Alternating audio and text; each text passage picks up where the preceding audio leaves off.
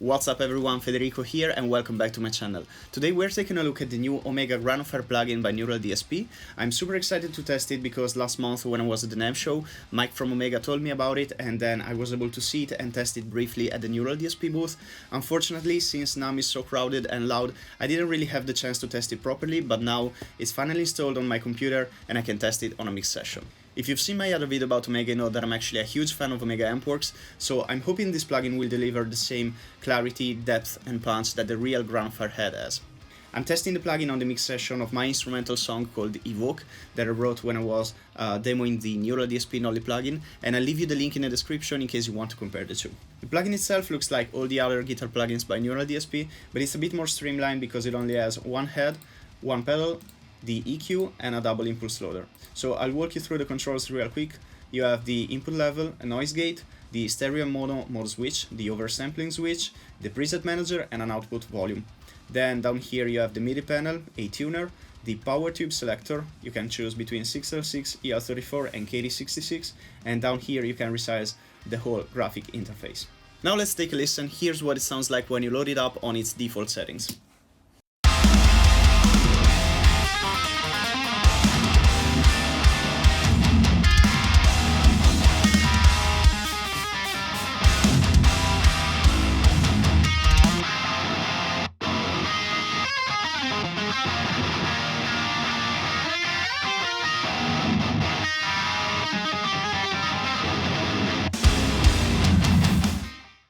This already sounds pretty cool, but let's play around with the knobs and see what we can come up with.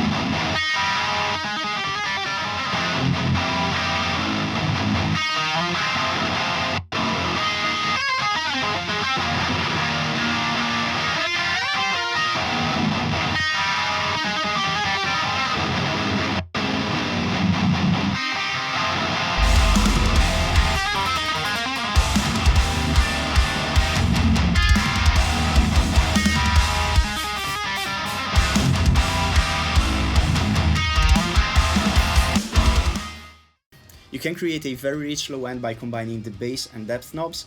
Bass of course is your regular low end control, and depth acts kind of like a subharmonic booster in some way because it seems to boost frequencies that are even lower than the ones controlled by the bass knob. And then you can use the voice switch to change the frequency around which the mid knob is centered on. So it changes the voicing of the mids and it gives you a completely different mid-range character. Let's listen to it again.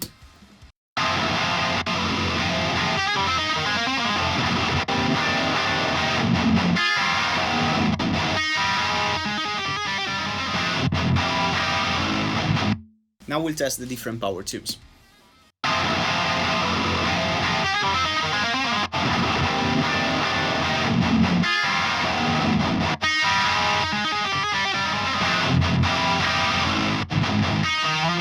Alright, it sounds to me like the 6L6 are the most balanced ones, then the EL34 sound darker and have a lower mid-range bump, then the KD66 have a way more aggressive high end. Now let's take a look at the overdrive pedal and let's back up the gain knob a little bit so we can really hear what it does. The pedal is called Plumes by Earthquaker Devices, and it's a very aggressive overdrive pedal. It sounds like this.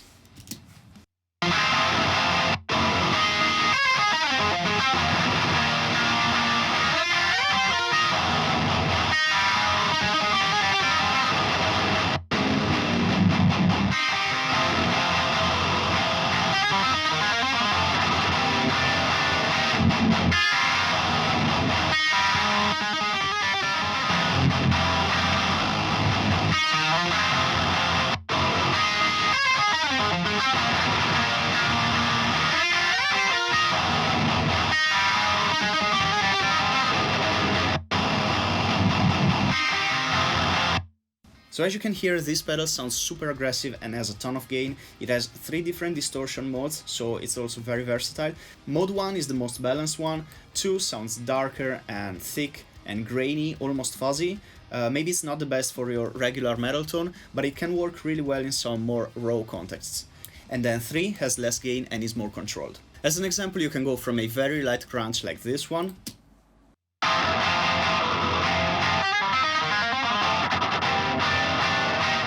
to a very over-the-top, over-compressed, low-mid-heavy distortion tone.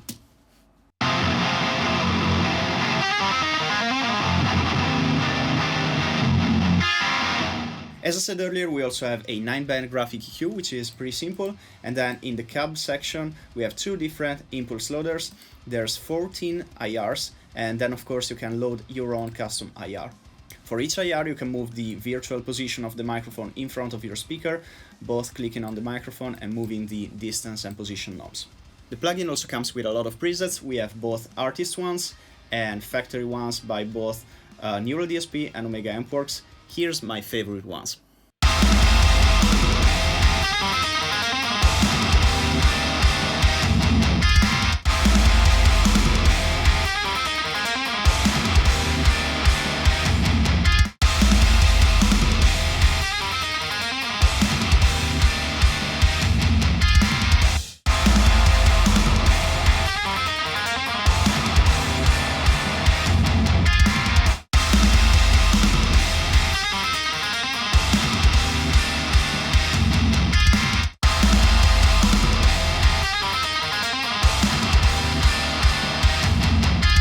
So guys, let me know in the comments what you think about this plugin. I think tone-wise this is one of the best ones by Neural DSP alongside the Pliny. Let's keep in mind that the Granophyre head is a high-gain head, so this was mainly meant for high-gain rhythm guitars, and if you want to use it on leads, maybe the only thing that's missing is a nice delay pedal after the amp, but that's easily replaceable by any other delay plugin.